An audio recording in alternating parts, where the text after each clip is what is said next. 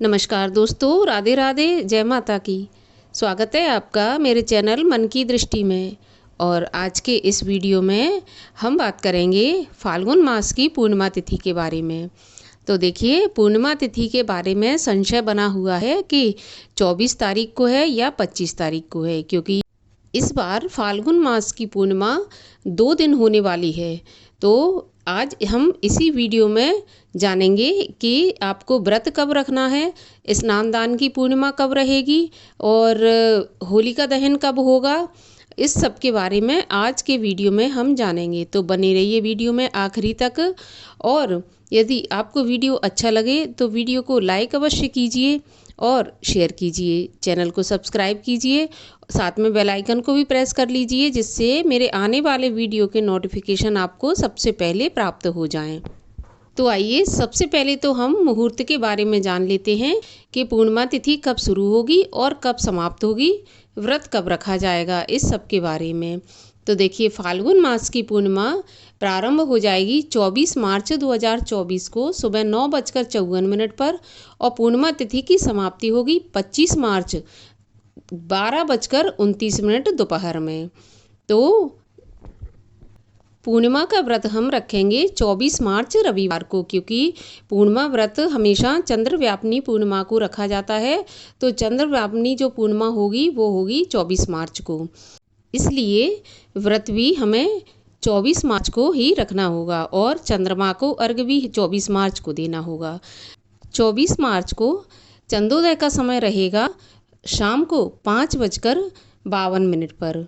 24 मार्च 5:52 शाम को। इस दिन राहु काल का समय रहेगा शाम को 5:03 से 6:35 तक। तो आप 6:30 बजे के बाद चंद्रमा को अर्घ दे सकते हैं, क्योंकि 6:35 पर राहु काल समाप्त हो जाएगा। स्नान दान की पूर्णिमा रहेगी 25 मार्च को। जो भी स्नान होगा, दान होगा, वो सोमवार 25 मार्च को होगा।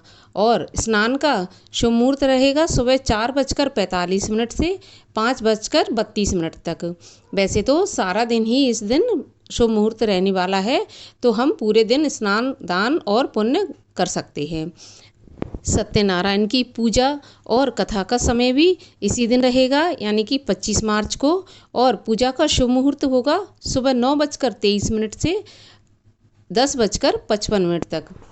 इस शुभ मुहूर्त में ही हमें सत्यनारायण की कथा करवा लेना चाहिए, या खुद पढ़ते हैं आप तो खुद पढ़ना चाहिए, व्रत रखते हैं कथा पढ़ते हैं तो इस समय पे पढ़ लेनी चाहिए शुभ मुहूर्त में। तो चलिए, ये तो हो गई शुभ मुहूर्त की बात। आइए अब जान लेते हैं कुछ पूर्णिमा तिथि के महत्व के बारे में।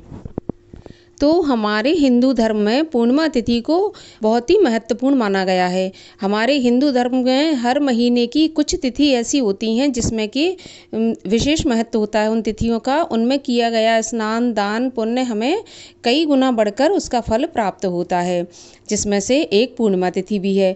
पूर्णिमा तिथि के दिन हम जो भी दान करते हैं, स्नान करते हैं, वो 1000 गुना जाकर हमें फल देता है। इस दिन किसी भी पवित्र नदी में स्नान करने का हमें बहुत अधिक फल मिलता है। तो हो सके तो किसी पवित्र नदी में जाकर हमें स्नान करना चाहिए।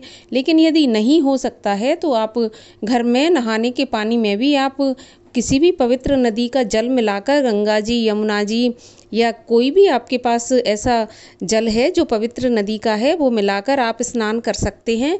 अगर वो भी नहीं है तो आप नहाते समय हर हर गंगे कहकर गंगा जी का ध्यान करके भी आप स्नान करते हैं तो गंगा स्नान का फल प्राप्त होता है।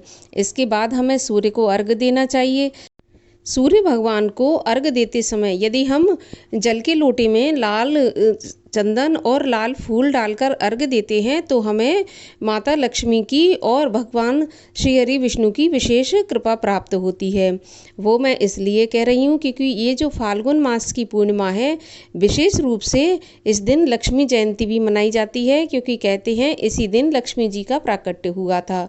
तो लाल चंदन और लाल फूल यदि हम सूर्य को अर्घ्य दें और देवी माँ पर अर्पित करें तो हमें लक्ष्मी जी की भी विशेष कृपा प्राप्त होती है होलिका वाली पूर्णिमा के दिन।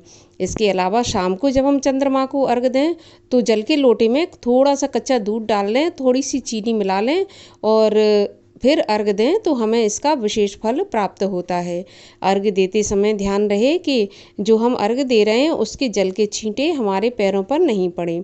आप अर्घ देते समय कोई भी सामने जल का पात्र रख लें और या फिर कोई गमला रख लें, उसमें जल दें, तब आप इस जो अर्घ देते हैं उसका पूर्ण फल आपको प्राप्त होता है। इसके अलावा हम तुलसी जी में भी घी का दीपक लगाते हैं पूर्णिमा के दिन। हालांकि हम तुलसी माँ के पत्ते नहीं तोड़ते, लेकिन हम दीपक लगा सकते हैं। इसके अलावा भगवान श्री हरि विष्णु का पूजन किया जाता है और आज के दिन भगवान शिव, माता पार्वती का भी पूजन किया जाता है।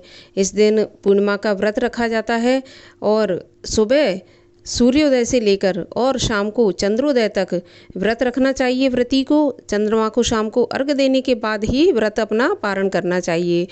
हो सके तो नमक का सेवन नहीं करना चाहिए, क्योंकि पूर्णिमा के व्रत में नमक का सेवन नहीं किया जाता।